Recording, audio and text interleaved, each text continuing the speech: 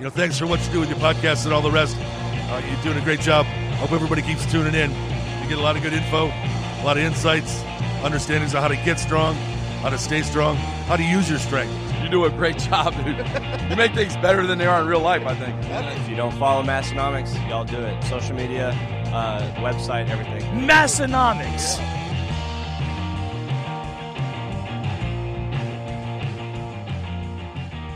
Howdy, everyone. We're here for episode 376 of the Massenomics podcast. We make things better than they are in real life, and this week's episode is going to be no exception to that. I can't wait to make things better than they are in real life. That's kind of what I live for. My name is Tanner. And my name's Tommy. That's what I say first thing when I wake up every morning. I'm going to make things better than they are in real life. That's exactly right. It's like the Matrix. We kind of live in the Matrix. It's better than real life over here. When you're in Massenomics, just every day's the Matrix. God, Tommy, it seems like I haven't seen you for so long. When was the last time we recorded an episode even? Weeks, months ago? I don't know. They all blur together. Who knows? It does. I actually should have changed shirts now that I think about it. But, when you have a good thing going, though, why mess it up, right? I don't know where I would find a Massenomics shirt, though. Yeah, I mean, you have to move all those drink spotters. That'd be the problem. Yes. This is a very special episode of the Massenomics podcast. We're going to get to what we're going to cover here. But first, what I wanted to tell everyone is make sure to head over to JUGGERNAUT AI. Go over to the web browser, whatever web browser you use, whether it's Ask Jeeves or... Is Ask Jeeves isn't a web browser, though, is it? That was just a search engine. Yeah, definitely not a web browser. Yeah. You could ask Jeeves though to get you there. Ask Jeeves, is that still an active search engine? I just had to check. It's ask.com now. Okay. And people are using that? Apparently it exists. Probably not. But why does it exist? Like nobody's using it. Why does it exist? That's a great question. I'm not sure. It's the internet. Things just exist on the internet. That's true. You know? That's true. Anyways, use whatever search engine, whatever web browser. I just want you to go to the website. It's juggernautai.app. That's where you can get signed up for the app. It is the training app that we've been using for many months over here and realizing many gains and a whole bunch of members. It's been the go-to training method of a lot of members of Massenomics Gym now, to be honest. And some of what I like about it is it's, actively recording all of your lifts that you're performing, whether it's the main lifts, which a lot of people people are tracking those anyways, but more so tracking like the accessory lifts. You're seeing what you're doing in there and able to actually try and progress those over time also. Whereas instead of just going and doing 30-pound bicep curls for the exact same number of sets and reps every week for the rest of your life. It's called consistency. Yeah, that's true too. You could track that and notice, well, hey, that's easy now. Maybe I need to make this a little bit harder. That's one example of something I like on the app. The other thing, it's principle based. So, what you're doing, there's logic behind it. I like that I can understand the logic behind it and that there is logic behind it. That seems like it should be table stakes. But in some programming, that's not there. So that's what I like. But the biggest thing is the discount code Massenomics. It'll save you 10% for the lifetime of the membership when you get signed up. Make sure you use discount code Massenomics. Thank you, Juggernaut AI. And today's episode is also brought to you by Bearfoot Shoes. Most shoes harm your mobility by over-restricting your foot's natural movement. Bearfoot shoes are designed with minimal restrictions so your feet can move the way they're supposed to. Move with more strength and confidence in every step. Barefoot Shoes was founded by Chris Duffin, who attributes proper foot biomechanics as foundational to his success in squatting and deadlifting over 1,000 pounds for reps. He helped create the company to provide a minimalist shoe that can be worn for anything from deadlifts to walking your dog. Go to www.barefoot.shoes to check out the best minimalist shoes available. And while you're there, make sure to use code Massenomics to save 10% on your next order. That's barefoot.shoes, code Massenomics. Thank you, Barefoot. Now, we mentioned that this is going to be a special episode. It's special for a number of reasons. Number one, it's a Massenomics podcast episode. There's only 376 of those out in the world, so it's special in that regard. There's only 52 of them that will happen this year. That's true. Another great there's only like 4 or 5 that are going to go down this month. That's it. You only get 4 or 5 chances in a month. Still in the continuation of our 7-year anniversary tour that we're on. We're only 24 episodes away from 400. We got to figure out something fancy there. So that's a big number. We're prepping that, of course. That's only a half a year away. That's true. We'll be at 400 in no time. But why it's special also is we're not having a guest this episode. And we're not taking a Q&A. A lot of times when we don't have a guest, we do a little Q&A. We're not doing that either. We're just going to kind of talk Massenomics shop. Yeah. One way I phrased it is it's like going to be the Massenomics State of the Union address. Mm-hmm. It's like you're riding in the car with Tanner and I on the way to the Arnold. You're getting the inside look at everything. Yeah, you're getting the peek behind Except the instead of it meter. being a 22-hour conversation, you're going to get an abridged version here. Yeah. So it should be fun. I mean, if you've been listening to Massenomics, sometimes you might think, I wish they talked about Massenomics a little more frequently. And we're going to do that some of this episode. You asked Jeeves, and now we're answering. Yes. There was a couple other topics in here that we've got too. Do we want to talk on any of those first, or should we talk more Massenomics stuff well, first? That's all garbage. So we can, I shouldn't say garbage, but that's all extra. We can come to that later. Okay. We do have a sack segment we need to get to in this episode, though. Okay. Do we want to do that first? Maybe warm me up with a sack. Yeah. Okay. I'll get my sack. I've been warming my sack over here. Good. You're going to like this. You don't know what's in my don't. sack. This is a surprise for you. We got a little present in the mail from another podcast, actually. Oh. This came to us from the C-Team podcast. All right. And let's see. I haven't looked closely at what we got for sizing here, but I believe there's a shirt for me and a shirt for you. Here's a 2X, and this one's probably an XL then. And like I said, this is from the C-Team podcast, out a bunch of Chicago guys over there. Oh, I can't wait to see this. They sent us shirts. I can't wait to see this. And I hope that you can see the full imprint here on. Oh, yes. I was hoping it was going to be that shirt. I love it. Yes, I'm very excited for that. So what could you explain it to people that are listening? So it's a black T-shirt with big white letters, and it says "Only losers live in the past." And the O in losers, instead of being an O, it's Huck Finn's head.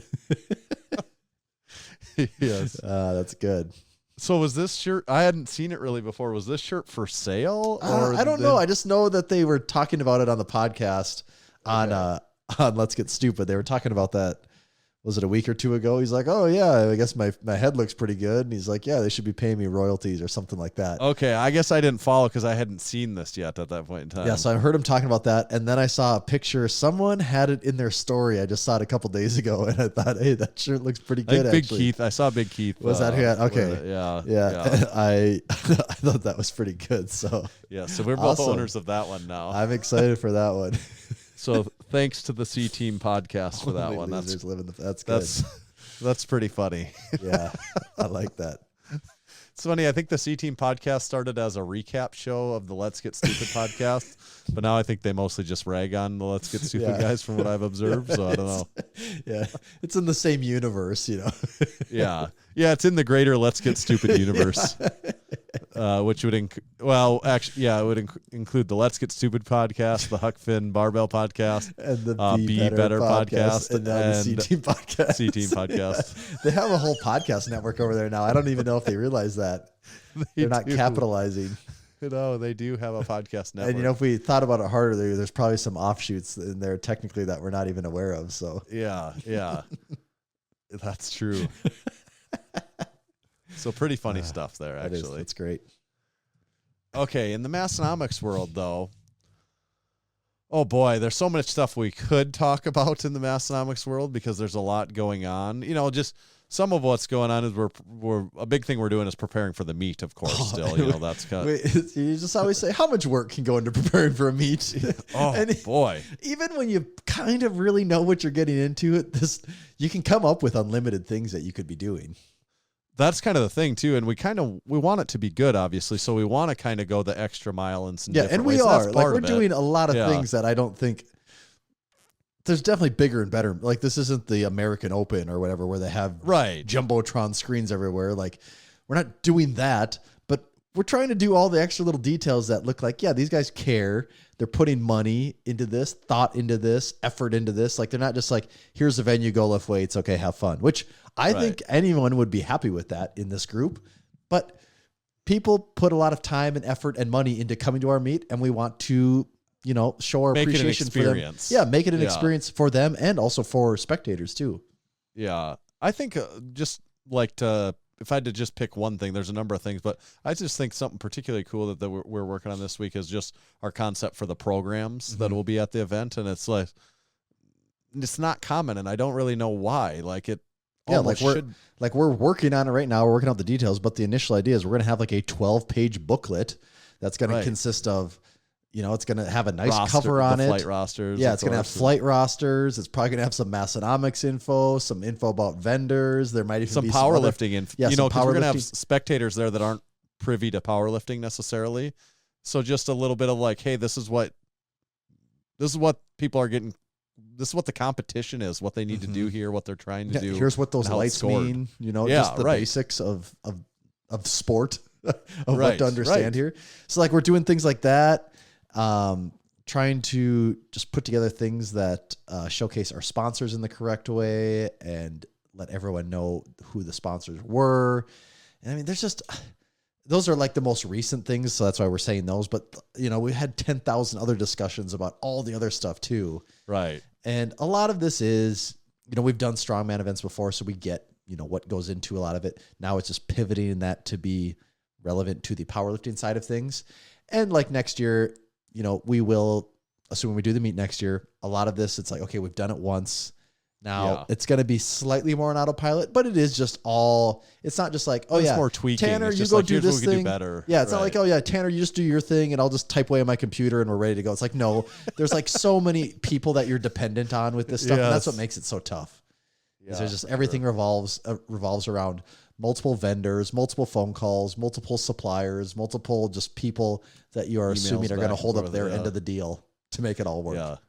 And we got some part of what too. We got some cool merchandise coming. Of course, you know, as Massenomics and as at our meet, we got some cool merchandise stuff that's coming out around it. You know, T-shirts being one obvious thing, but then some other stuff that we're going to incorporate there and make available first to people that are at the meet, and then maybe if there's anything beyond that, we'll have stuff available for sale on the website. But the meet is definitely consuming a lot of our time right now. Yes, you know, that's what we're hot and heavy on right now. And then YouTube is something that we've focused on way more this year than ever before. We kind of talk about it every week, but that has become a bigger piece of the time puzzle to us than it ever has been before. And it's so funny, our conversations with YouTube, because there's some videos that there's some videos we've put a lot of, I wouldn't say work.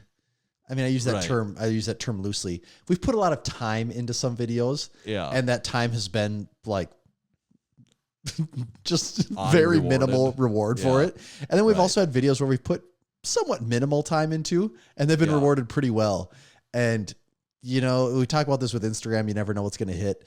We're quickly learning with YouTube. You never know what's going to hit, and you can have a couple that feels like, wow, if anything, we're just losing traction. Yeah. And then you have one that goes good, and you're like, all right, maybe we're onto something. Yeah. But I think one thing that we've been telling ourselves, and I know I've heard people say this, is if you're going to do YouTube, you just have to be consistent and give it you almost have to do it for a year straight and see what happens. And, you know, that's kind of where we're at right now, as we remind ourselves that, like, okay, we just got to keep doing stuff and see what happens.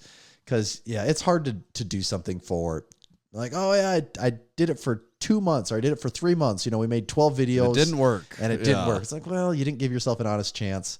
A year is for sure giving ourselves an honest chance. And that's going to be a lot of work. And more likely than not, it's going to be like, yeah, I did something. It never went crazy.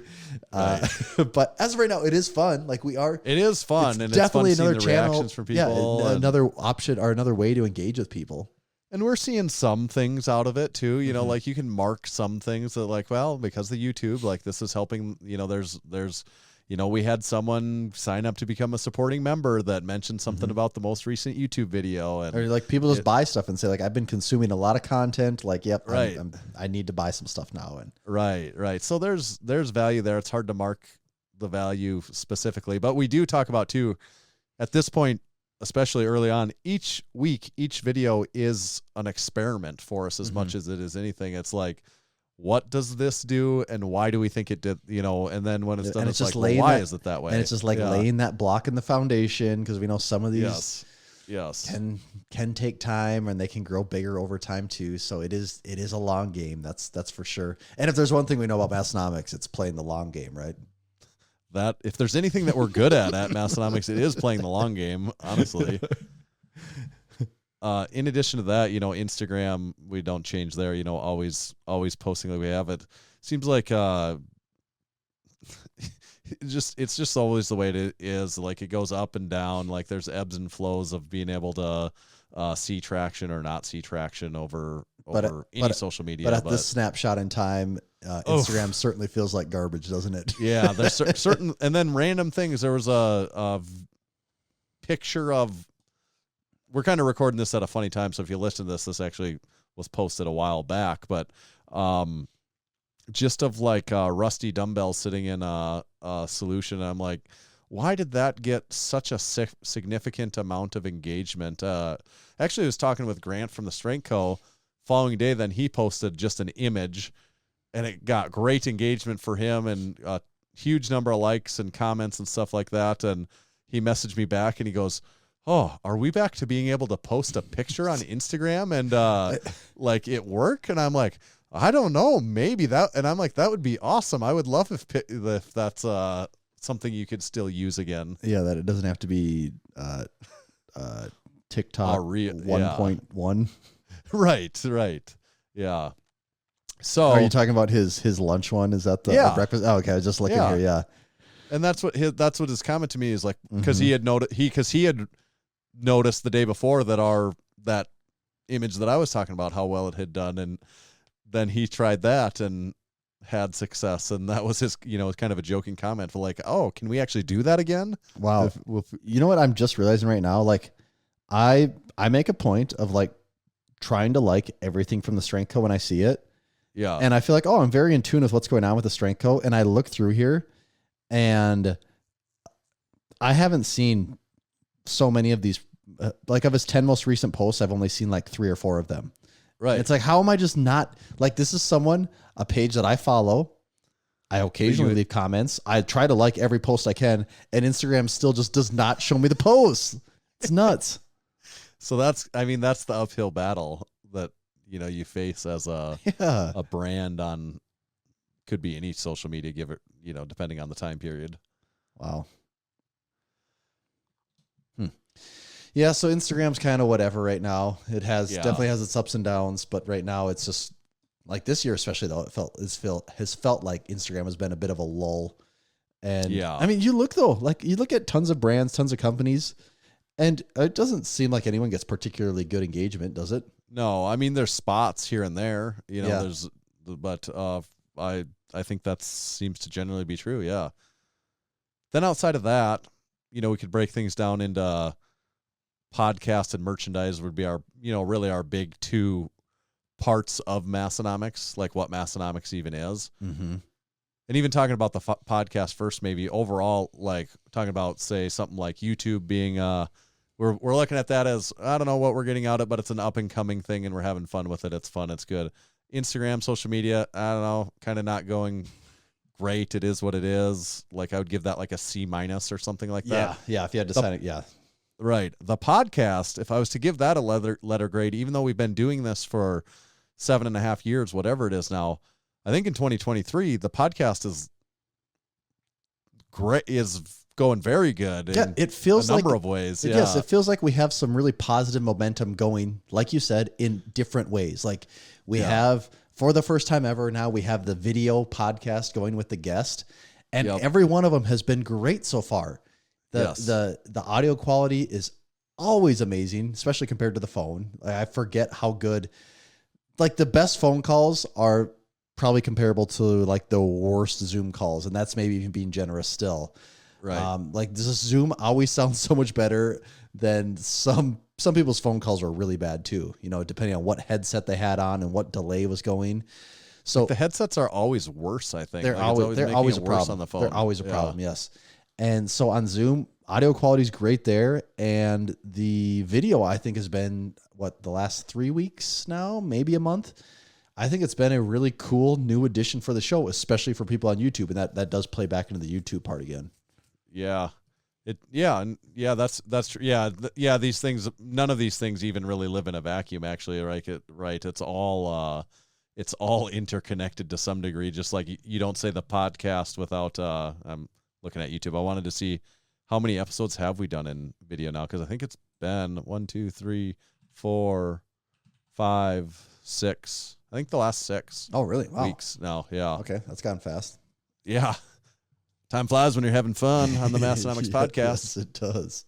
Also, then, like, to go along with it, a good marker for us is like supporting members. You know, we have the supporting member program, and it's as popular as ever. You know, it's growing. We always wonder, you know, I don't know actually if we started. You know what? If the day we started the supporting member program, if we would have said at its best there'd be 50 people, we'd probably been like, 50? That's amazing. 50 people willing to give us a little bit of money every month. And we've blown that number out of the water. I would have never guessed the number of people we have in there is actually could be possible. I just did not think that could happen. Right. And the Discord it's a vibrant, amazing community of people always posting in there. There's so much conversation going on. It doesn't matter if you want to pop in there, like some people, every hour of every day, or if you want to pop over in there at the end of the day or once a week. I mean, there's always going to be something that will make you laugh, or at least something that is noteworthy and interesting that someone's talking about or going on in their life, or some observation they had. And it's just a lot of fun seeing what's happening in there. So, some of the people just use it as a resource almost, where it's just like they have a question every once in a while and they just pop in there to get feedback from peers, obviously. And a big reason part of this success is just because of the supporting members that we have themselves, and they kind of like keep the torch lit all the time, even if we're not doing something there. Yes, they're running the show and just like making it's just fun for everyone else because of the activity and involvement that everyone has. But also we try to do, you know, the joke is, you become a supporting member and you don't, what do you get? Like, we give you nothing, you know, it's just like, and that's kind of the running joke behind it. But we actually are kind of working on stuff all the time of what we can like do for the supporting members, to make the relationship a two-way street, so that it is kind of like, so that there's value there, so that, that hopefully at the end of the day, you know, someone might make the comment, well, why wasn't I paying that before? That's like, that's a no-brainer. That's so worth it. You know, why wouldn't I do that? So I think that part of that is working in that reason, though, too, just because we are always actively trying to figure out how we can provide value in return for the people doing it. For sure, yes. So the podcast is like an A+ almost to me. It's an A. Maybe it's an A or an A-. I don't know. Yeah, I'd say an A. I mean, A+ would be if we had some sudden viral growth, I guess. Right. I don't know if that could honestly even happen in podcasts. I don't know. You know, numbers are good. Serial. Yeah, right. Numbers are good, and we're continuing to, you know, I picture it continuing to grow and get bigger, and we're going to continue to have sponsors and all that. So, you know, we even talk. We're not going to get into every last dollar and cent of everything, just because it doesn't make sense for us to like give away every piece of the puzzle. Our CPA couldn't make it tonight, so right. But you know, the podcast makes money now. Like, there's no secret to that. Like, if you look behind the number of even just the supporting members, and if you assume you understand, we have a few paying sponsors every month. We make some money now. Like, the podcast is a real moneymaker for us, and it's become a really big deal. Well, especially when you look at the podcast industry versus the apparel industry, there's your expenses are significantly lower when it comes to podcasting. Right. You know, we have this equipment, and like when we revamped to Studio 6.9, we obviously incurred quite a few more expenses there for a while. And, there's hosting and stuff like that and just all the technology and equipment. But a lot of that stuff, once you get it, it's your overhead is just it gets just spread out over so long, it just turns into almost nothing, Right. And that's kind of like when we compare it to the merchandise, that is the sweet part of the podcast, is that income from the podcast, if you look at to dollar means so much more money in our pocket, honestly. Like when we get any dollar of income from the podcast, that's a lot more money in our pocket than the end of the day compared to the dollar that we make selling a t-shirt. I mean, just the dollar we grossly bring in selling a t-shirt. The amount of time involved, let's just say $100 made off of $100 in podcast revenue versus $100 in merchandise revenue. The amount of overhead, expenses, work, everything that goes into it is so drastically different. Like, don't get us wrong. Like, the podcast is work, like we started this call tonight at 7:30, and as of right now, it's 11:05 p.m. and this is probably going to go for another 45 minutes almost. So it's like midnight on a Tuesday. And so we have 3, 4, 5 hours almost into the podcast right there. Each. And then, each. So 10 hours collectively. And then I'll go back and edit these. Technically, we did 2 episodes tonight. So thumbnails. So we'll edit them, do we'll thumbnails. Both upload, and I'll upload, Tanner has to upload his stuff. I got to grab those. So tonight it is a little different because we're recording 2 different episodes. But lately, we have been recording episodes that are running close to 2.5 hours long. And, in the very best scenario, I can make editing take a little over an hour. And a lot of times it can take longer than that, just depending on how hard it is to track down thumbnail images for people. And just if we're going to have any issues with downloading and files and all, you never know. Sometimes something fights you in the system. So it is work for sure. There's no doubt about that. But there is a different level than, we designed this artwork. We sent it off. The printer hopefully gets it printed and set up correctly, and then they hopefully get the right t-shirts, and then they hopefully get them done on time, and then they pay to ship those back to us. Then we get them. We take pictures of all of them. We count them all in inventory. We make an email campaign for it. We set up all the images on the thing. We send the email campaign. We take the orders in. We box all the orders, fulfill the orders, mark them as fulfilled, send them through the post office, get them back to the person, write the thank you notes.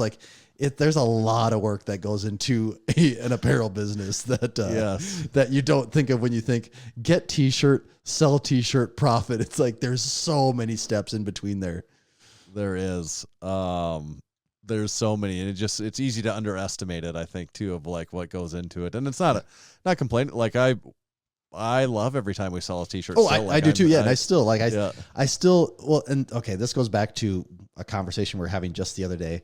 I still do fundamentally think of Massenomics as, if someone says, well, what is that? I still say it's like an apparel merchandise company. Like that's right. I usually just say an apparel company, that people get that quicker.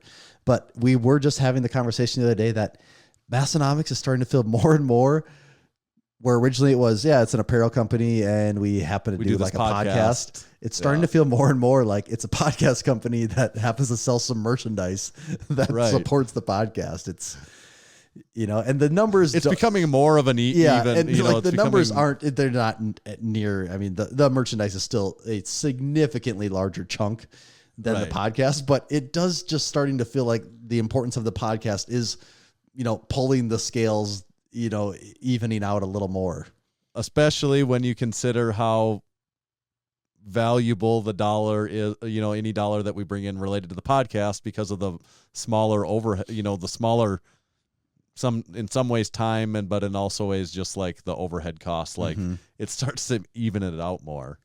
Yeah. Should I do a little, I want to do a little supporting members. Okay. We'll break this up a little bit, and then maybe we get in more of the merchandise stuff how that's going. Okay. So supporting members, first of all, I'd say, going back to what we were just talking about, just big shout out to all of our supporting members this week. I want to highlight each and every one of you this week because you guys are a big part of what's making the podcast possible for us to continue to keep it rolling like this. Anyone that's not signed up, we'd love to have you sign up. Part of, we're just, this whole conversation's about that sort of thing, what you get out of it. You get to listen along listen along live in the Discord and chat with all the other people in this active community that's been built. And there's a discount code for buy some of this merchandise, do that sort of thing. And then also there's this segment every week where we give back to some of the supporting members. And then there's free surprise gifts that we send out. This is a weird recording time. As far as I know, as of the time of this coming out, we haven't sent that yet. So, but it's probably very, very close at this point. Right. It's going to be getting very close. So what I would say is, if you're hearing this and it's close to us bringing it out, and you're interested in getting the free surprise gift, make sure to sign up now. Right now. Yeah. There's going to be a line in the sand. And that line if you wait at all, very close to you. Yeah. If you wait at all, you will not make it into this free gift. I mean, still sign up, but now would be the best time to get signed up if you haven't already. So shout out to everyone that's been supporting us. Also shout out to Big Jeff. I believe Big Jeff was the guest on the Unpaid and Underrated podcast. So shout out to everyone that's been working on the Unpaid and Underrated podcast, a shoot off of the Massenomics podcast in a way. So part of the cool stuff there. Extended Massenomics universe. Exactly. Yes, exactly. So thank you to all of our supporting members. Oh, and as long as we're thanking people, yeah. Who else would I like to thank? Keep the thank you train rolling. Yeah, let's just thank them all. We brought him up here. Big Grant at the Strength Co. Thank you to the Strength Co. for making just kick-ass, made-in-America iron, slim but rugged and easy to grip and go-to plates over at the Strength Co. They also have their collars. We decided those aren't clips. They're barbell collars that go on your barbell collars. You can check out their collars at the Strength Co. And also you check out the Strength Co.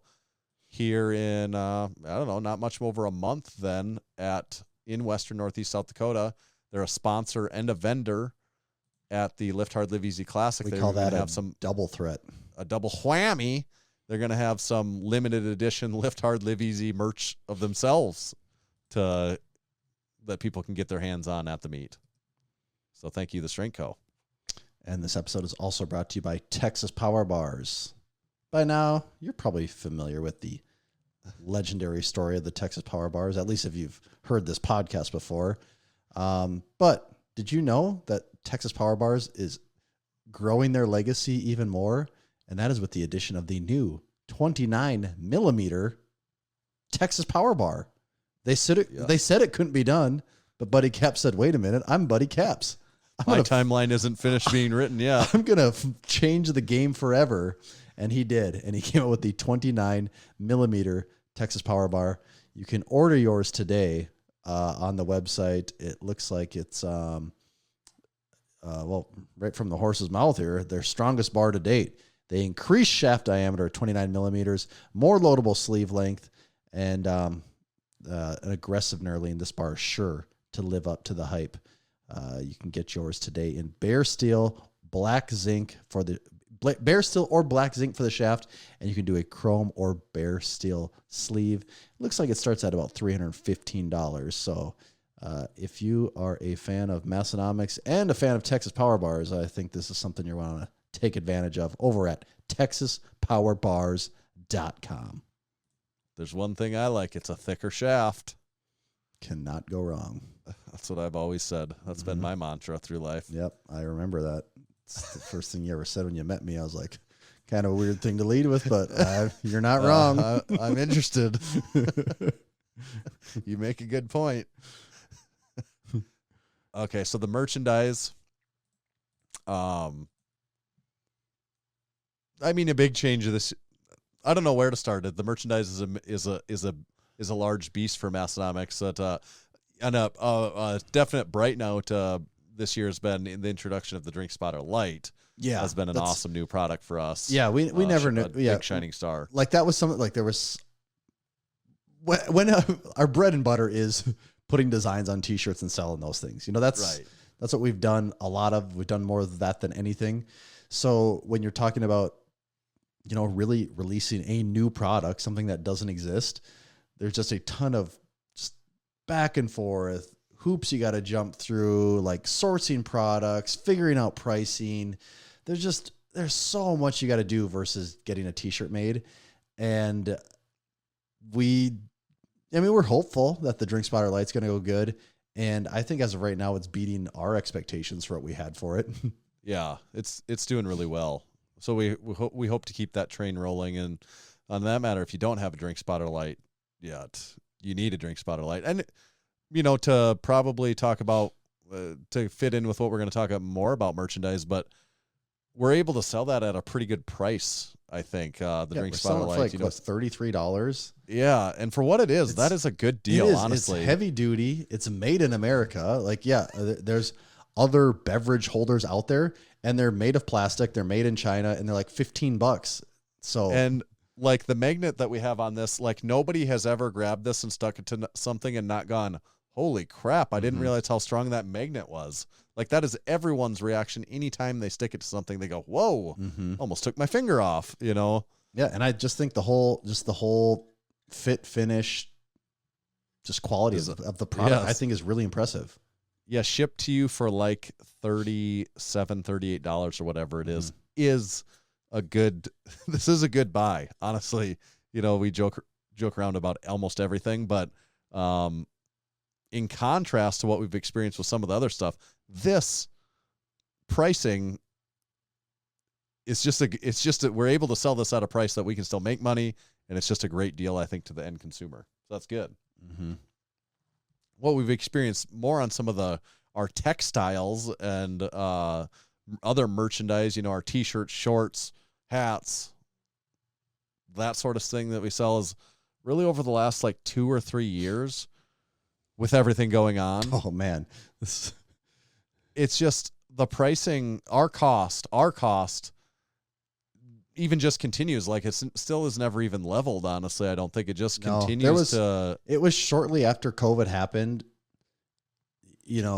probably late 2020, early 2021, where prices were just going insane. Like, I mean, things were jumping like anywhere between 25 and 50+% on things. Yeah. And these are things that we've been ordering for years. And now all of a sudden, I mean, yeah, just whatever you can think of, like to get a 50% increase on something that a month ago, over the course of even a month or two was happening. And some of it, you're like, whoa. Like you have a talk with your supplier and then all of a sudden, oh yeah, no, we can bring that back down. And that is that whole thing of, everyone's just riding this wave of everyone's doing it. Some of it, there is some dishonesty or just people shooting from the hip a little too much. Right. But we have seen like prices have gone up consistently across the board. I mean, we were joking, not joking. We were laughing about the fact that when we first started Massenomics, but probably before like the website was really even up, when you were essentially selling T-shirts out of, your trunk, the trunk of my car. I mean, what we're selling them for like $18 ish, maybe. Yeah. Right. And, I think so. And at that time it's hilarious because our volume was so low. Our numbers were non-existent. I think we were buying T-shirts like $12, selling them for like $8. It's like, you weren't even making money. Like people might be like, oh, that's $6. Like, no, that's not a business. Like that is not, by the time you put any amount of effort in, work into this, you don't spend that much money to make $5 or $6 a unit. Like that's not how this works at that volume and level. You'll see that all the time it's what we did. You'll see it all the time with someone that's very new into doing something like this. You'll be like, wow, their prices are really low. And it's like, well, it's like the Michael Scott. He's like, the only thing keeping us in business is our prices. And the accountant's like, no, the thing that's putting you out of business is your prices. And that's like what people at a really small scale do is they're like, yeah, we kind of know we're not making any money on this. We'll sell them for so low. It's like, yeah, we get somebody to buy it. Like that's a win, and like, we're way past the point of being able to do that. We have to sell things at a price point that we make some money. Yeah. Like enough money to make it worth it. Otherwise it's like, this is way too much freaking work for nothing. Yeah. This business wouldn't exist if it to not make any money. It's not a charity. Right. Like we're not dumping all this time and effort into it to lose money. That wouldn't make any sense. Right. But that has been the biggest, it is, I mean, this is real talk. To start an apparel company right now, I think is so hard. Even from, I mean, especially since like 2019, if someone wanted to start a t-shirt company in 2019, I'd be like, oh yeah, go for it. Try it, like whatever. Now I just say, I mean, if you're going to put that amount of time and effort into it, you're better off with 100 different businesses before apparel for sure. Like like, I mean, we've joked a long time that if we were in, I don't know, real estate or some other business, we'd honestly, the amount of time and effort and just thinking and creativity we put into this, we'd probably be millionaires by now if we did almost any other business. We really made a mistake at a very I mean, to a early certain point in the extent, yes. Like, process. I mean, real talk. Like, I do genuinely feel like with our skill set, we would probably be millionaires if we were in almost any other business. If we had right now. applied it to something a little bit more. I mean, we probably wouldn't have had as much fun. We'd probably have more money. Probably it wouldn't have had been as much fun. It probably would have been it'd be a lot less fun. It would have been. honestly. It would have been way more. That would have been the actual grind. I mean, we would have just been grinding it out. But I'm pretty certain if we would have applied this same amount of work, skill, and effort into almost anything else, research, I do think we could have been industry benchmarking. I think we could have made a lot of money in something. Right. It's funny to think about. But yeah, I mean, in 2019, if someone said I'm going to start a t-shirt company, it's like, yeah, go for it. Yeah, have fun, whatever. It's not. But now it's really, really hard to make money in apparel. Like merchant, like we talked about it even, I think, in 2019, so 4 years ago, what were we selling t-shirts for, like $23 ish? Yeah, I mean, they were definitely, there's one point I can remember on the website when they were like $21.99. Mm-hmm.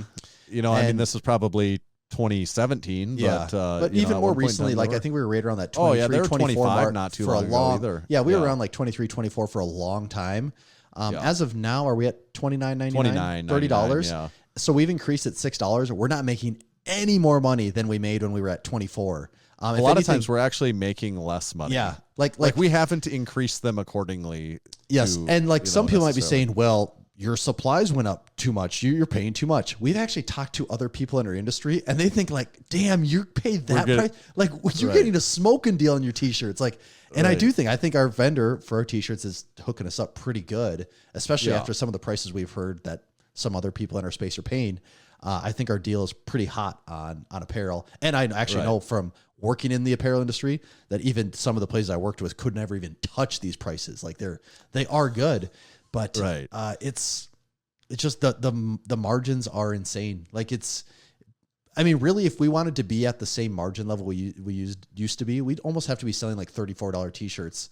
And look around. There's if it's an influencer involved, and when I say that, I mean someone they're selling $40 t-shirts. Their name has, like close to 100,000 followers, if not more. Yeah, they sell $36 to $45 t-shirts like all day. They do. Yeah. And that's then their margin. Yeah. I mean, and then they have the margins, and each one of those is a great product that they sell. And we talk about t-shirts. T-shirts are like our best margin item. Mm-hmm. Like it only gets worse when you go away from the t-shirt and you go towards basically anything else we sell. there's been actually a fair number of products in the last 6 months we've wanted to do, and we're all excited for it. And by the time we get the pricing worked out and the quantity we'd have to buy it at, we're like, oh, okay. So if we wanted to sell this at the price we wanted to, we'd make $3 a unit. It's like, nope, not worth it. Oh yeah. If this was all said and done, by the time you figure your time's worth anything, all the work, it's like you basically lost hundreds and hundreds of dollars by the time. And that's if you sold every single unit too. Yeah. And pick whatever, say it's a widget or whatever you want. We think a very fair, reasonable price for this would be if we sold it to the final customer for $30, that'd be a fair price for them that, we're not gouging them. We don't look like jackasses selling. Mm-hmm. Like I don't want to sell something and be like, what are these dipshits doing charging $50 more than what this product is worth? Like you douches, like I don't like that. These guys are gouging us like way too hard here. Right. So we think $30 is the mark, and we're like, well, maybe $35 if we could, really justify it if it's well done, and and then we get the numbers, and they're like, if we don't sell this for $45 at bare minimum, we're not going to make. We have no chance of making any money. The classic example of this. Well, we can't do it. We're not doing that. The classic example of this is singlets. We've wanted to do custom singlets forever. And we wanted to do a little more than just a black singlet with just Massenomics on it. There's nothing wrong with that, but we had bigger ideas. To me, that's some of the fun of Massenomics is the creativity of what crazy stuff can we come up with, and then what can we do to make it happen? And I mean, we talked to multiple vendors that our cost on singlets was going to be $100 or more. That's our cost. And we're not going to turn around and buy a singlet, buy spend, buy 50 singlets, let's say, for example, spend $5,000 on singlets to turn them around and sell them to you for 120. Like, okay, so if we sell all of these singlets, we'll make like $1,000. Like, that's not worth it for us to take on $5,000 of expense to maybe make $1,000. Like, that's a terrible investment. Right. And so that was part of the problem, is like some of these things are just so hard to source at a level that, because we're trying to be affordable. Like, we're not trying to be the most expensive, most premium option for everything. Like, we want to be that, hey, that's cool, that's funny, I can drop some money on that. I think I'm getting a good quality product, and I feel like it was at a pretty fair price too. Like, that's what we're trying to do with all this stuff. Right. Yeah, it is. It is like you said in 2019, and to tie that back to, like, you said in 2019 maybe you could have made a go at this easier. Mm-hmm. You could justify it better. Another factor of that is what we talked about, like social media, like Instagram. If you look at Instagram specifically, in 2019, you could have built something around it. Mm-hmm. Now it'd be really hard to get that up off the ground and running. It is. Like, you have to really have that piece of magic. You can't just. It's almost impossible to just say, oh yeah, you just make an account and you post regularly, and like you'll just organically gain followers over time. Like, you have to have something that like the algorithm likes. You can't just, it sounds dumb, but you almost just can't just be you. Like, you have to be a version of you that the algorithm likes is like where it's at now, which I really do feel like for a long time on Instagram, you could just be you and you would get rewarded for that, because we're like, oh cool, like this guy's into this and this and likes this. Like, that can still happen, but it's incredibly rare. And I do want to pump the brakes for a second, and we probably sound like we're just complaining so I know. hard I wanted to say the same thing. I don't want this to sound like a negative, all negative thing, because on the flip side of it, like, that is the fun part of it is like, all right, the game's changing. Like, you said a game. It is like a game for both of us. I think like the whole thing is kind of a game of like, what do we do? And I mean, we're complaining the same way that like, oh, okay, well, now that I bench 315, like, damn, what I was doing before, it doesn't really work to get me to 350. Like, it does constantly change all the time. Right. And that is the fun in it. Like, the Drink Spotter Light wouldn't have came out if it was just like, oh, t-shirts are just selling so good. Like, we wouldn't have even bothered to think about the drinks. And then we wouldn't have messed with singlets and this other stuff. But it's like, okay, things start to feel like more of a challenge. It's like, oh, okay, what other levers can we pull? What other things can we come up with that might get, I mean, maybe for all we know, maybe the Massenomics meat wouldn't have even existed if we were just, so focused, if t-shirts were selling so insanely good, we probably wouldn't have even been looking in some different avenues. So, t-shirts still do sell good. They still are our number one seller. They are the bread and butter, but just the game is changing. That game has gotten harder than it used to be.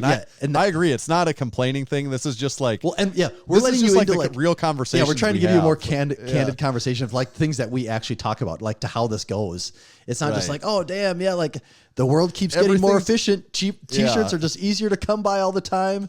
And we are the ones that we're buying inventory up front and fulfilling them. Like, you start looking at drop shipping, like running through a print on demand. It's like, oh yeah, have fun making $4 a t-shirt on something that's basically don't make any money. Like, you basically don't make money there. Like, that's not a business at that point. No. Yeah. Yeah, it's a challenge, but I mean, it is fun too. It is a game. Like, it is a game as much of anything is a game. But it's just sometimes that what you said is true though. It's like, it's probably led us to doing more on YouTube, so we're creating more content that way.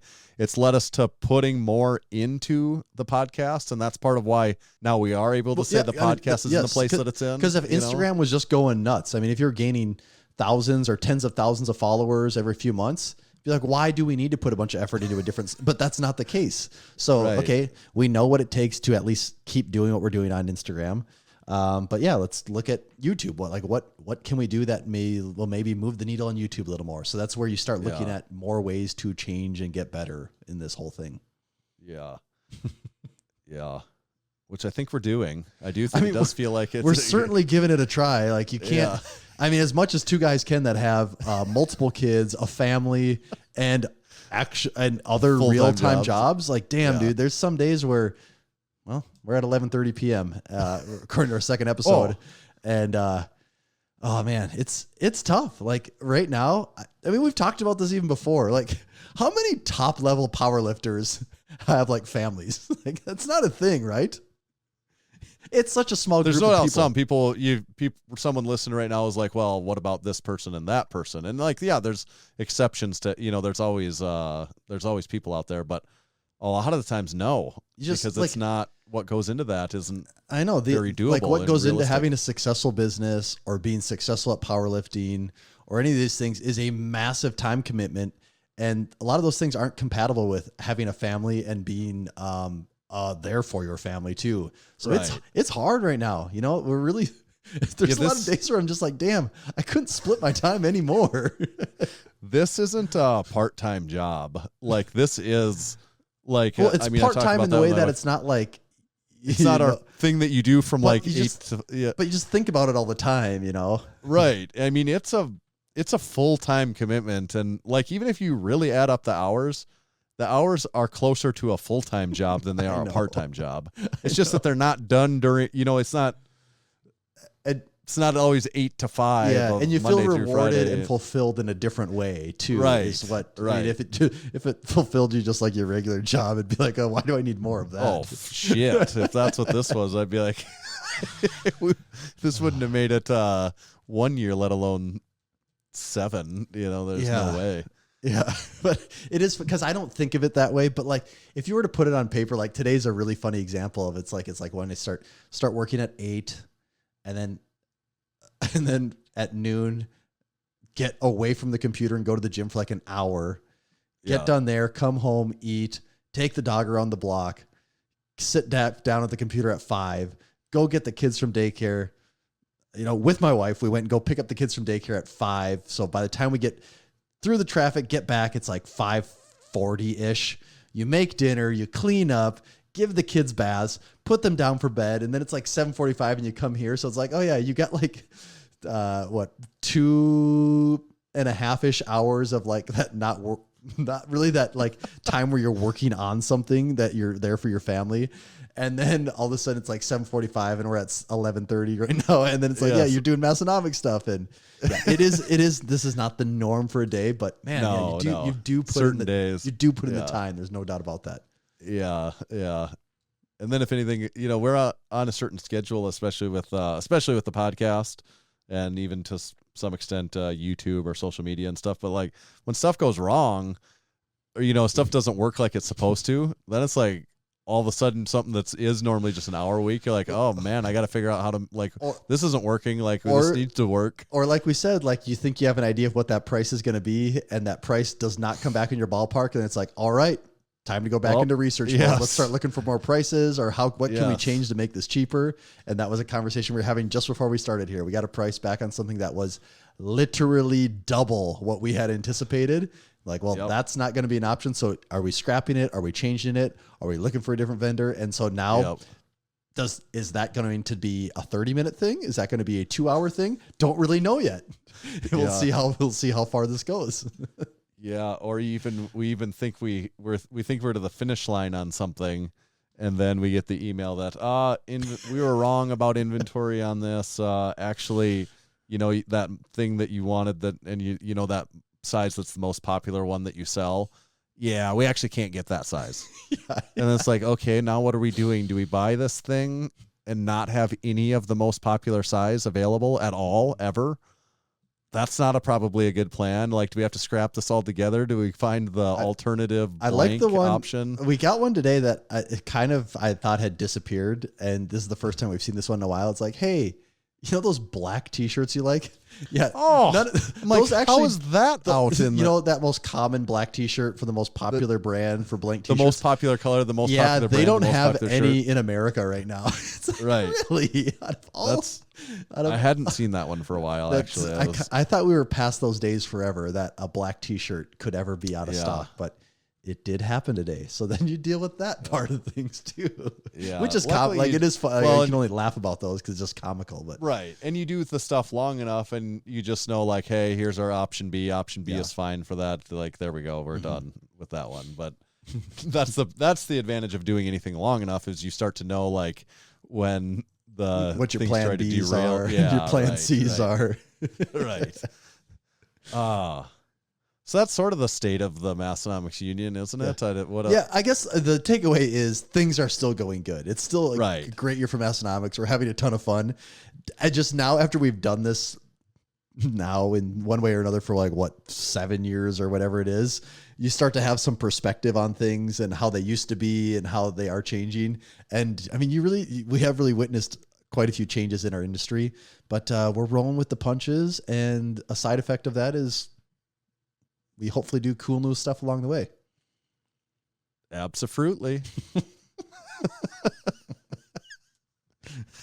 The other thing, as long as we're talking about Massenomics stuff, I've had a few people message me about this last few weeks, so I wanted to get it out on the podcast. I had done a YouTube video explaining how I was going to go to Scotland and do the Dinny Stone lifts, and I'd been training for that, and did have a roadblock on that. We are not going to Scotland anymore because we've already announced it, that we're having another baby, and towards the midst, the heart of the pregnancy, my wife wasn't really super fond on being overseas for 10 days. Having a child in Scotland. Right. And I'm like, yeah, that's actually a good point. It actually brought up a good point. We were talking about what is the healthcare situation exactly like. If this is a different country, if we're there and something happens, what we're kind of actually looking into what our, I think it's on the house, right? Well, yeah, in a different country. Give us some of that good European healthcare. Sign us up for that. I don't really know. We looked into that, but that was just one of the issues. But also, just do I want to be that far away? It's like, from okay, home my baby was born in Scotland, so now they're a Scotland citizen. Now I have to. That's how that works. Try to get this baby a green card in America. so we did have to. I would say post. Real good icebreaker to say my Scottish child when you can introduce them to everyone. That takes some explaining. So we canceled that trip. I would say postponed, but it's not going to be postponed short term. It's probably, realistically, we've talked about it's probably going to be 2 years from now because we have this baby, and as you know, newborn babies apparently require a bit of attention for a little while, and so we'll probably wait again until our newest kid is 2, somewhere in that area. They can fend for themselves. Yeah, then we can leave them all. We have enough of them together. They have to be able to take care of each other. Form your own little groups here. Child army. Elect a Lord of the Flies. Elect a leader, and you do. Lord of the Flies. Maybe I should read that book. That's a quick, easy read. Yeah, I don't know. Certainly read part of it or Cliff Notes or something, but that's a good book segment there. Yeah, I've read that book twice. Okay. Would you recommend it then? Or? I thought it was good. I read it the first time on my own, and then we read it in high school again. It's a quick read. I think it's 90 pages or something. So okay. All right, good. I probably will actually. So we're not going to Scotland. So I actually stopped training for the Dinny Stones, although I did get to the number and I was able to do fairly long holds of the Dinny Stone weight. And I feel good. The reason I stopped doing the training, because A, we're not going, and then B, the training is hard on the body a little bit doing that. I was doing it weekly, and A, the hands, my hands were strengthening from it, but also just getting beat from it too. And then, the contortion of the body is a little hard on my body doing it for a long period of time, consistently. It's almost like in the hips and the knees, just the position you get in. Acutely, it's not that big of a deal, but to me, I notice more so long term, continuing to do that position. Yeah, and I don't even know. It's just starting to feel oh wow, that just is not. It's getting increasingly more uncomfortable. But so what I'll do is go back to that when I have a reason to go back to it, which would be, lifting the real stones, or if maybe someday I get the chance to do it at the Arnold. There you go. Which would be, we're there every year, and if they have them, if I looked into seeing what it would take for me to get that chance, I would do it for that. Yeah, that'd be cool. But the goal is still, we will still go to Scotland, and I will still go for the stones when I'm there, as long as I'm physically able, even remotely. So I just probably have to wait a couple more years on that. And then instead, which this is relevant, we do have a few crew members there. We're headed to Washington, D.C. later this. Actually, probably I'm probably there when this podcast. Oh, really? Comes You're out. going that soon? Yeah, I think Yeah. Like when? Like next weekend. Like the 16th, I'll be gone 17th? like the 17th through the 21st. Oh, damn. Yeah. So we'll have to record an episode of the podcast like after I get back from that. Yeah. Yes. Okay. But that'll be fine. I'll be here like Thursday and stuff, so Yeah. we'll have to do one then. But yeah, I think we're gone from the 17th to the 21st. So maybe if there's any crew that are in the area and wanna, I'm sure we'll go out for a couple brewskis a night or two. And Yeah. if there's any crew in the area, maybe we can hit you up, see what's going on. But I've never been to Washington D.C. Ooh. It's just me, my wife, and our oldest. Big Jack is going too, and I've never been there, and I'm just kind of excited to see the sights. Yeah. You know? It's almost impossible. I mean, it is impossible to take it all in. Right. I got to go in high school once, and See, I never got to do that. and I thought it was really cool. Yeah. And even then, I mean, I liked history and all that stuff, but I like it even more now. So I think I would appreciate it and enjoy it even more. I'm not going to be able to take it all in, and we're going to. You got to be prepared. You're just going to walk so much. Yeah, and that's you I have believe to. that. If you're gonna take it in, you have to. Right. You know. So I am really looking forward to that too. It's not Scotland, but we wanted to do something, an alternative, and this was kind of on my bucket list. Like I like the history of that stuff, and I just feel like it's a shame that I've never been to DC before. So yeah, cool. That'll be good. You'll like that. That's what I've got going on, and then the other thing is my training. My training actually has been getting better. I'm on the upswing.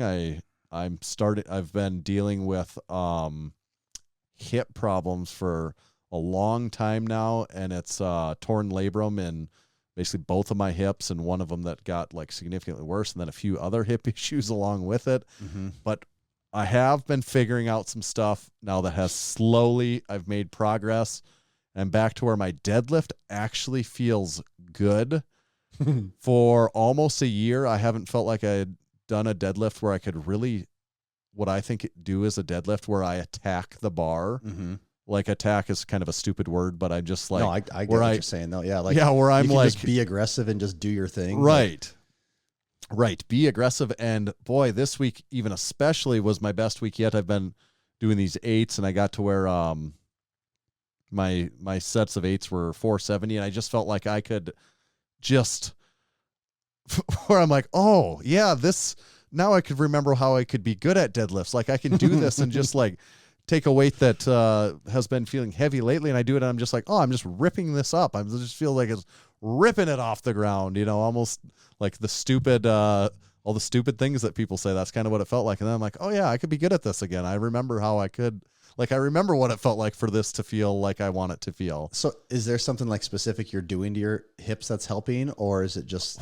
The biggest thing was just really backing off the squats significantly for a significant period of time. And then, yeah, I'm doing some corrective exercises and stuff like that. But the corrective exercises on their own over a long period of trial and error was not enough for me to be able, I couldn't continue to try to do all the things I was doing, just add in corrective exercises and have that be enough. The corrective exercises, I feel like while I was still trying to squat the way I was squatting before, were actually just adding to the problem just the because it was just more volume Yeah. on the problem inflamed area. So but then once I backed everything down enough for long enough and then doing the corrective exercises to try and fix some other issues, then I actually am getting back to now in my squats now where it feels pretty good. The weight isn't there yet because I'm purposely slow playing it as much as possible. Do you think your strength has gone down a lot in squat right now? It's down, but it definitely is beyond where it bottomed out, and now it's actually. I have deadlift. I know it way bottomed out, and now it's actually building again. Squat, I haven't really tested the numbers yet. Where I'm just. Soon I'll be at like doing 3 plates for like I'm doing all squats, high bar, beltless, and that's just one of the ways that I do it to keep the weight low. Yep. Because it's like a hard variation, or it's a lower weight variation for me. And then I've just been slow playing it so much, just slowly adding weight to that. and I'll be getting back up to where I'm doing some sets with like over 3 plates again here. Mm-hmm. And once I get there, if I'm doing that high bar, I'm doing a beltless, and if it feels the way it's been feeling the last month or two, I'm going to really be like, oh, I think I have an opportunity now to do this the way I want, let Juggernaut do its thing and let me enjoy some progression here. And so, and like same way where I can get to the point where I'm like, oh, can I do a squat and feel like I am aggressively pursuing this squat rep and not doing things weirdly in a way to try to not hurt my body. Or, you know what I mean? Yep. Oh yeah. No, 100% get it. Yeah. So I'm feeling good right now. It's like the YouTube video that I put out a while ago. It's like, boy, sometimes when you think it just never is going to get better, then it might actually around. Just get a little better. Yep, it does just take a lot trial and error, trying to, different things, giving it time. Mm-hmm. And I do feel like if I can stay feeling good, I'm like, I can be strong. It's just like a matter of feeling good long enough period of time consecutively. Yep. I'd really like to do another powerlifting meet again. And as it is now, I'm like, I could do that within the next year if I can continue to make the progress I'm doing right now. Yeah. Yeah. My training, echoes yours a little bit. There was a while where, especially when Juggernaut switched to, when I got switched back to my strength block. I mean, last year it all felt good. It was just me really gaining momentum for the first time in so long. But then, starting this year, that was when weights were really starting to get back to like areas of like, oh man, PRs all the time. I'm getting rep. I'm like right in rep PR territory. Just never really did sets higher than 5 ever. So, I was setting real rep PRs, but it was probably getting to the territory of like, yeah, I don't even know if at my strongest I could do some of these volume wise. And, I was really starting to feel that when Juggernaut switched over to strength, that I was like really feeling that like invincible feeling. Like I go in the gym, like I can just move the weight and it's going to be really hard, but it's just going to feel good. Like it's right. I can go squat. Like for me, when squat feels its best, it's almost just like I'm doing a leg press. Like my back moving isn't a factor at all. I never consciously think one way or another, like, oh, got to keep my back straight. Don't want to, like, that's not a thing. It's like, nope, I just push into the ground and I stand up. And like, I was getting that feeling back and was feeling so good. And bench, I was within like 10 pounds of all time PRs. You're right to a PR. Yeah. I was like, I was thinking I was just like maybe a month or 2 out of hitting all time bench PRs. And what turned for me, and I don't know for sure what it was, but we went to the Arnold, we were gone for like 8 days. And I was getting behind on Juggernaut, and I'm like, I gotta keep up. And I tried to slam 3 days together, and I had like a really minor back tweak, and I still do get minor back tweaks every so often. And it's usually like, now I'm at the point where I just get that, like, yep, the only thing that heals this is time. There's not an exercise or anything for the most part, when the tweaks come on, I know they're there, and I just like, okay, I can just, like, if I can just like coast through 5 days, like maybe I have to drop out one training session or take one pretty easy, but usually 5 days, and I was almost like back every time. And so I was thinking that's where I was at, and I was kind of there, but I sort of had another minor tweak, and then I kind of gave it some time off, and I came back, and I actually I had an RPE 10 day where I hit like almost an all time, I think it was like, I'd have to look in Juggernaut, but I think it was like my top set of 6 or a top set of 8 at like 385. I mean, that was on squat, and that was like getting up there. And my bench one was pretty close to 300 for a set of like, was it a set of 5 maybe? I mean, these were numbers that were very, very close to my all-time numbers. So I was feeling like, damn, I'm right there. And I hit that in April, and it was, I think it was like a deload. And then the week after that, things were still a little off. And then I think this definitely set me back. I got conned into doing the freaking state bowling tournament here, and I had not bowled in so long. And so it was like the day before the tournament, I go bowl 3 games because I hadn't bowled in like 3-4 months. So I go bowl 3 games. The next day I bowl 3 games. The next day for the tournament, first day I bowl 9 games. And then the next day I have to wake up. There's like that many games to be played in it. Yeah. I mean, I'm saying like, like you both, 3 games makes a I don't even know what the Right. term is, but yeah. Right. So like 3 games, but each game has 3 in it, So I'm bowling 9 games. And then the next day I have to wake up at 7 in the morning and go be at the bowling alley by 7:30 to go bowl 6 more games. And by the time I got done with that, I'm sure it was a mixture of soreness from lifting and then bowling 18 games over the course of like 2-3 days. That like jacked my back up so bad. It was like, and also I was bowling terribly because I hadn't bowled. So like when you're bowling good, you're throwing strikes. You're not throwing as many balls. When you're bowling bad, you throw even more balls. Double. Yeah. And by the end of that, I was like kind of messed up actually. Like that felt like the lowest point I had been backwise in like 2 years or more. And I'm like, oh, really? Like this is where we're at. And so I had to do just like a straight up week off of nothing. And then it was like training was very touch and go. And for me, it's never a muscle thing. Like I don't know if I've ever had like a muscle strain or anything ever in my lifting career. It's just always, I get like these nerve pinches. And for me, the problem was depth. Like I felt pretty comfortable. Like after like a week or so, I felt pretty comfortable in day-to-day life. But it was like, if I even doing an air squat, once I started to get to depth, just like the pinching and like, there was just like, it almost like I couldn't hit depth. And it wasn't a muscle thing. It was just like, no, there's like a nerve thing stopping me. It's severe pain. And so that just took a couple more weeks. So that was like towards the end of April then when that was like starting to go on. May, for the most part, just took things pretty easy, nothing too crazy. And now, I was in the gym today. I did 5 sets of 5 at 225 on squat, and that felt pretty good. And like benches, there's no uncomfortability in bench at all. I can bench like normal. So I can start getting after that a little more. But now the other problem for me is just, sleep is getting so hard. And the way my wife's job works, she works 12-hour shifts, and they either start 6 a.m. and go to 6 p.m. or they start at noon and go to midnight. And 6 a.m. to 6 p.m. it's whatever. That's not a big deal. Right. It's the noon kind of to like just an extended normal schedule. Yeah, it's whatever. Yeah, it's fine. It's the noon to midnight that can be the real wild card, because when you have 2 kids, a 9-month-old and a 3-year-old, you got to get them both to get bed them and both then hope ready they're for bed. sleeping. You get them both ready for bed, and you can almost guarantee that her 9-month-old, she just does not sleep very good. So like last night's a great example. It's like, all right, I get them both to bed.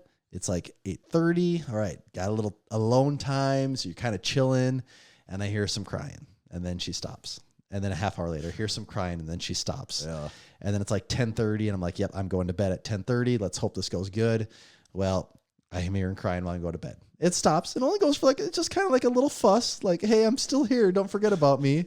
You hear it on the monitor. It's enough to annoy you for a second. Yeah, and to not be sleeping. Yep. And then it's like 11:30. It's like, okay, this time it's not stopping. So we go make the bottle at 11:30. And then it's like 1 when my wife finally gets home. So I wake up then. And then she's like, yeah, I really need you to take this tonight. I'm so dead because she got up early with the kids that day. She's worked a 13-hour shift. She's like, I can't do it. So, okay. So then I wake up at 1 then. Then I'm up with our baby again at like 3. And this time she's just up. Like this doesn't happen much, but this time she was just up. So I'm up from like 3 to 4:15.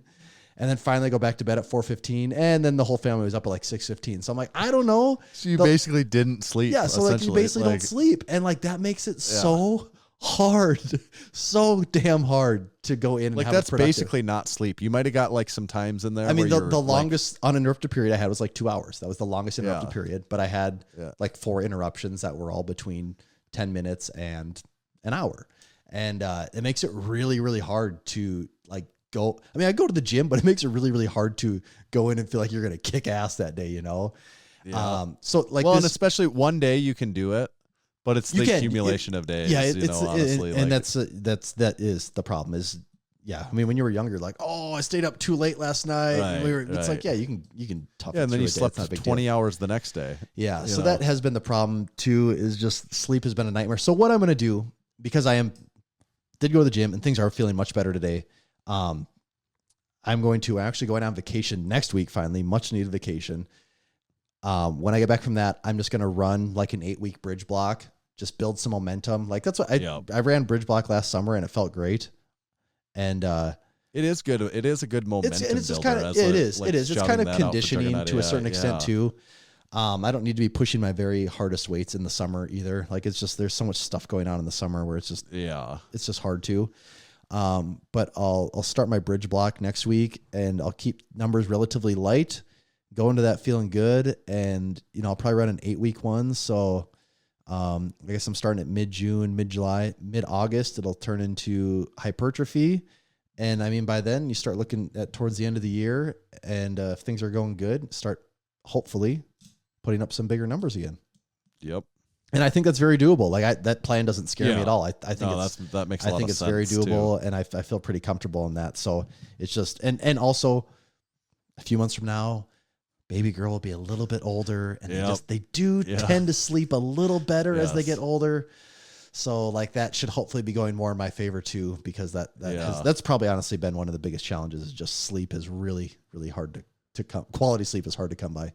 Yeah, the quality. And like, I don't know if maybe you don't have this problem, but you probably do too. Like when they're in the habit of waking up a lot, even when you're asleep, when you know they're going to wake up again, you're just like, it's not even the same. You're just even asleep. You're like sleeping you're on your edge even asleep. Like there's a lot of nights because I just know like around 10:30, like that's usually when she starts kind of whining a little bit. And that's when I want to go to bed. And I don't even want to go to bed at 10:30 because it sucks so bad to get in that sleepy mode and then wake up to a screaming child. Yeah. So it's hard. It's hard. It is a challenge. That is for sure. I mean, kids are awesome, but they do present their own unique set of challenges without a doubt. And you can't, it's not something you can discount at all. Like it is a very real thing. No. They're the best. And at times also the worst. Yeah. I mean, they're definitely the best, but also sometimes you're like, oh, you're being the worst right now. You certainly are making things difficult. Not sure how else to phrase that any more politely. Yeah. Be like, can you stop doing that right now? Oh, that's good.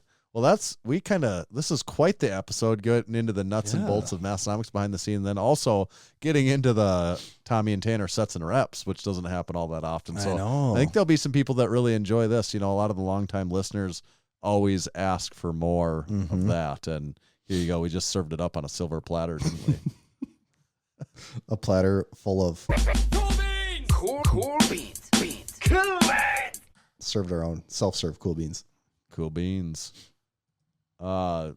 This episode was brought to you by our good friends over at SPUD Inc. You can check them out at spud-inc-straps.com. SPUD Inc. started because the lifting straps available at the time were not tough enough to handle the daily punishment that comes with training as a powerlifter, or that could easily fit in a gym bag. SPUD Inc. created their straps to withstand whatever your training puts them through. Finally, training gear that just works as hard as you do. Whether you're looking for belts, harnesses, deadlift straps, belt squat belts, bow ties, SPUD Inc. has got you covered. Check them out at spud-inc-straps.com. All orders $75 or more, all domestic orders $75 or more, receive free shipping. And let them know your good buddies over at Massenomics sent you. Is it my turn now? It's you're on deck. Would you say we're burning the midnight oil right now, Tanner? We are burning the midnight oil. Even Bernie's feeling fatigued right now. He's passed out. This is really the midnight oil, isn't it? It's midnight, isn't it? It is the midnight oil. Yeah. This episode is also brought to you by SwissLink. In 1995, Maurice Big Mo Huffman founded SwissLink with the mission to bring authentic Swiss Army goods to the United States and into the hands of those yearning for quality gear at uncompromised prices. Now, for nearly 3 decades, Big Mo has been traveling far and wide in search of the best items from military forces around the world. Big Mo doesn't only find authentic military clothing for SwissLink, he brings in everything you can imagine, from Swiss military rangefinders to Italian police tracksuits. SwissLink.com is also home to the SwissLink Classic Wool Blankets. They're an ideal mix of 80% wool and 20% recycled fibers and 100% love. The designs are reminiscent of brands that rhyme with Schwendelton and Schwudson Bay, but are available at only a fraction of the cost. SwissLink's exceptional collection and dedication to quality customer service distinguishes them from the competition. Enjoy a 15% discount on your next purchase at SwissLink.com by entering the code MASS at checkout. That's MASS to save 15% at SwissLink.com. Thank you, SwissLink. Right on. Yeah, so we really appreciate everyone that's over the years bought a T-shirt, bought a pair of shorts, bought a hat, even though we don't want you to buy our hats. Yeah. Bought a drink spotter. Listen to a podcast episode, watched a YouTube video, read a blog article, liked a post on Instagram. Left a review, a podcast review. Yeah, left a podcast review. Signed up for the Massenomics powerlifting meet. Become a supporting member for sure. Any of you, we appreciate all of you. It's what helps keep this going. Give us something to be excited about, and at times give us something to complain about, even and when things aren't going our way. But that's like what we said. We're. But for the most part, they go our way. Overall, life's a game, and we're just a couple of players. That's right. Life's a garden. Dig it. Yes. Tommy, where do they find you at? You can find me at Tomahawk_D. You can follow me at Tanner_Baird, but just make sure to follow Massenomics at Massenomics. See ya.